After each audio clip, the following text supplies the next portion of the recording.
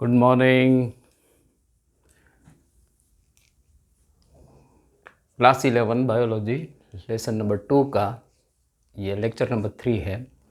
आगे हमने क्लासिफिकेशन में, बैक्टीरिया के क्लासिफिकेशन में ऑटोट्रॉपिक और हेटेरोट्रॉपिक वो उसका क्लासिफिकेशन किया था। ऑटोट्रॉपिक में हमने देखा बहुत सारे फोटो ऑटोट्रॉपिक होते हैं, कैम ऑटोट्रॉपिक होते हैं।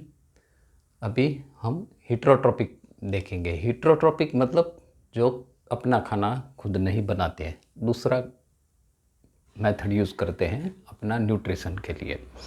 तो हेटेरोट्रॉपिक बैक्टीरिया में 3 टाइप्स ऑफ बैक्टीरिया होते हैं। पैरासाइट्स मतलब वो दूसरा का शरीर में रह के या दूसरा के ऊपर रह के वो अपना न्यूट्रिशन लेते हैं। जैसे एच इन्फ्लुएंजा है, विब्रियो कॉलेरा है, सैलेमोला टाइफोसा है, वो अपने बॉडी के अंदर जाके उसका न्यूट्रिशन लेते हैं। That is called parasites. तो सेप्रोफाइटिक माने डेड ऑर्गेनिक मैटर पे वो डिपेंड करते हैं। इसमें 2 क्लास है, 2 बैक्टीरिया है, बहुत सारे हैं लेकिन यहाँ हमने 2 एग्जाम्पल लिए हैं, Pseudomonas and Clostridium. Clostridium bacteria वो जूट में मेकिंग में बहुत यूज़फुल है। जब जूट बन जाता है, पक जाता है, तब उसको पानी में डाल के क्लॉस्ट्रीडियम बैक्टीरिया डाल देते हैं। तो जो सॉफ्ट टिश्यू है वो बैक्टीरिया खा जाता है और जो उसके फाइबर से बास्ट फाइबर हैं उसको हम जूट बोलते हैं, जो जूट बैग या गनी बैग बोलते हैं, वो इसमें यूज़ करते हैं। क्लॉस्ट्रीडियम एफ्लुएंट ट्रीटमेंट प्लांट में भी ऑर्गेनिक मैटर ख़त्म करने के लिए यूज़ करते हैं, but that technology is still at a premature stage. हमारे कंट्री में ये टेक्नोलॉजी अभी यूज़ नहीं होती है for effluent treatment. Symbiotic association में मतलब वो जिस ऑर्गेनिज्म में है उसमें से भी खाना लेता है और वो अपना भी कुछ देता है। That is called symbiotic association. तो अपने इंटेस्टाइन में पाया जाता है एस्चेरिचिया कोलाई। एस्चेरिचिया कोलाई है वो बैक्टीरिया अपना न्यूट्रिशन अपने में से, अपनी बॉडी में से लेता है, साथ साथ में वो विटामिन B12 और के सिंथेसिस में हेल्प करते हैं। तो ये दोनों फर्दर ब्लड जो बनाते हैं, आरबीसी बनाते हैं, उसमें यूज़फुल रहते हैं।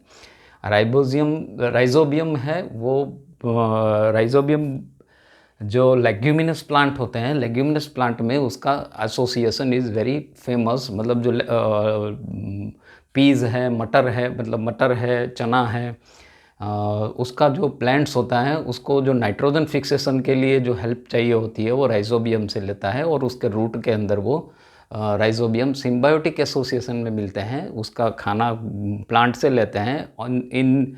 और उसका राइजोबियम का कंट्रीब्यूशन वो एंटोफिक्सेशन मतलब जो नाइट्रोजन फ्री अवेलेबल है एयर में उसको वो फिक्स करके प्लांट को देता है।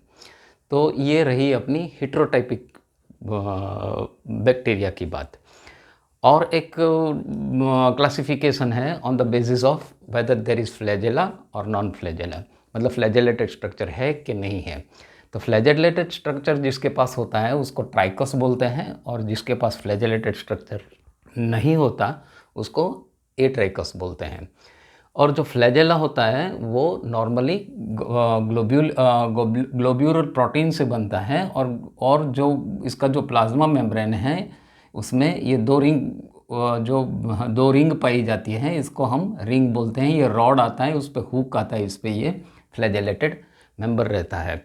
और उसमें जो फ्लैजेला है उसका भी अलग अलग नाम है। मतलब अगर एक ही आपको मिला फ्लैजेला तो मोनोट्राइकस बोलते हैं।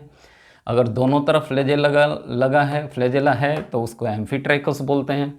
अगर एक तरफ ग्रुप ऑफ मतलब क्लस्टर है तो उसको सिफेलोट्राइकस बोलते हैं। दोनों तरफ ये क्लस्टर है तो उसको लोफोट्राइकस बोलते हैं। और पूरा बॉडी में चारों ओर ये फ्लैजेला है तो उसको हम पेरिट्राइकस बोलते हैं। एस्चेरिचिया कोलाई ये क्लास में आता है।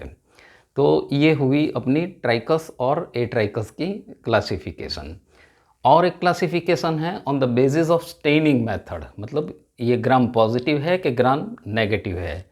तो ग्राम पॉजिटिव और ग्राम नेगेटिव समझने से पहले आप बैक्टीरिया के जो आउटर वॉल है, मतलब प्लाज्मा मेम्ब्रेन के बाहर एक जो लेयर होता है उसका वॉल, उसको समझ ले। तो जो ग्राम नेगेटिव बैक्टीरिया है उसमें पेप्टाइडोग्लाइकन का वॉल होता है प्लस टेकोइक एसिड होता है।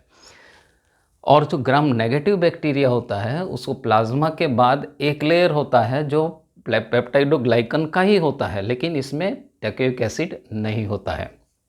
और इसके ऊपर एक ज़्यादा लेयर होता है, वो लेयर लाइपोपॉलीसेकेराइड्स का होता है।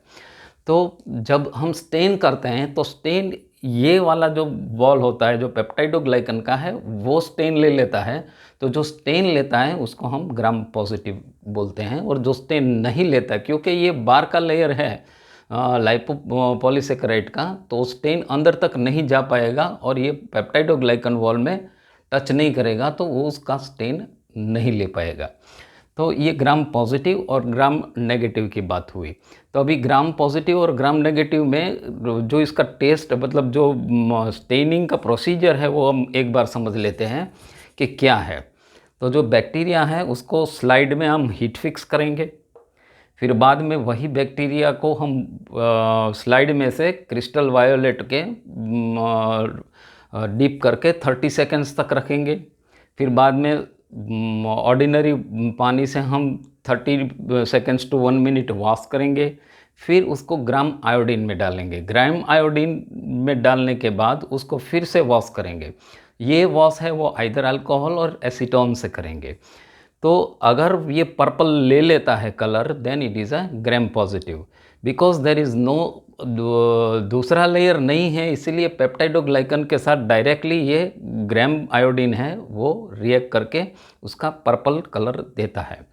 तो अगर जो पर्पल कलर मिला उसको ग्राम पॉजिटिव बोलते हैं, अगर कोई भी कलर नहीं लिया तो उसको ग्राम नेगेटिव बोलते हैं। जो ग्राम नेगेटिव बैक्टीरिया होते हैं उसको फर्दर सेफ्रोनिन से स्टेन करने से फिर से इसमें रेड कलर मिलता है। और दूसरी चीज़ ये कि ग्राम नेगेटिव बैक्टीरिया है वो हमारे नॉर्मली जो पैथोजेनिक बैक्टीरिया होता है वो normally gram, it is not कोई लॉ नहीं है, लेकिन नॉर्मली ये ग्राम नेगेटिव बैक्टीरिया होता है, वही हमारा पैथोजेनिक मतलब डिजीज़ कॉजिंग बैक्टीरिया होता है।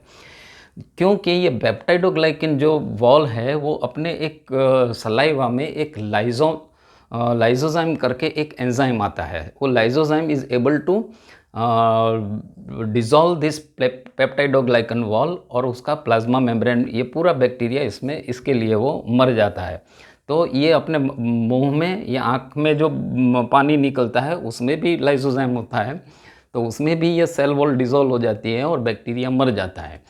तो ये हानिकारक, मतलब ये पैथोजेनिक बैक्टीरिया नॉर्मली होता है और ये नॉन पैथोजेनिक बैक्टीरिया होता है।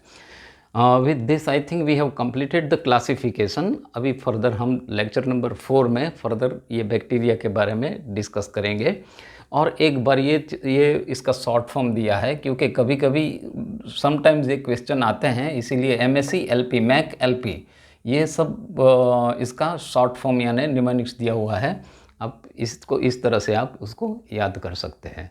Thank you very much.